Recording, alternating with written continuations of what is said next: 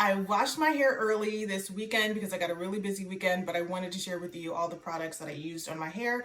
Once again, I started off with the pre-poo. I mixed the Aussie 3-Minute Miracle Moist together with the Eden Body Works Lavender Aloe Deep Conditioner, which is here, and mixed in some olive oil and sunflower oil, left that on for a little bit, and then shampooed it out with the ORS Olive Oil Creamy Aloe Shampoo. I typically like to do a clarifying shampoo the week after I get a touch-up, and I haven't always been doing that lately, but I thought, let's go ahead, do it this time, and I'm happy that I did.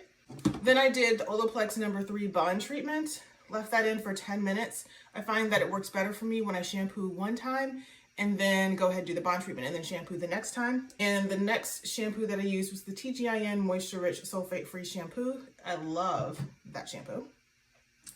Then my deep conditioner was the TGIN Miracle Repair X Deep Hydrating Hair Mask. And I went ahead and roller set my hair to dry it. And I used the Eden Body Works Almond Marshmallow Leave-In Therapy Conditioner. And my heat protectant was my go-to. It's the Mielle Mungungo Oil Heat Protection Spray. And then I used this hair serum from Olaplex, the Olaplex No. 9. It's the Bond Protector Nourishing Hair Serum.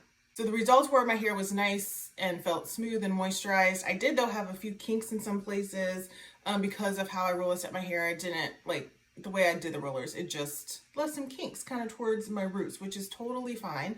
But I went ahead and smoothed those out some with a flat iron. And then this morning, I did use some steam rollers to kind of add some curl back to some areas that just didn't have any curl, that it kind of straightened too much. And so this is the final result.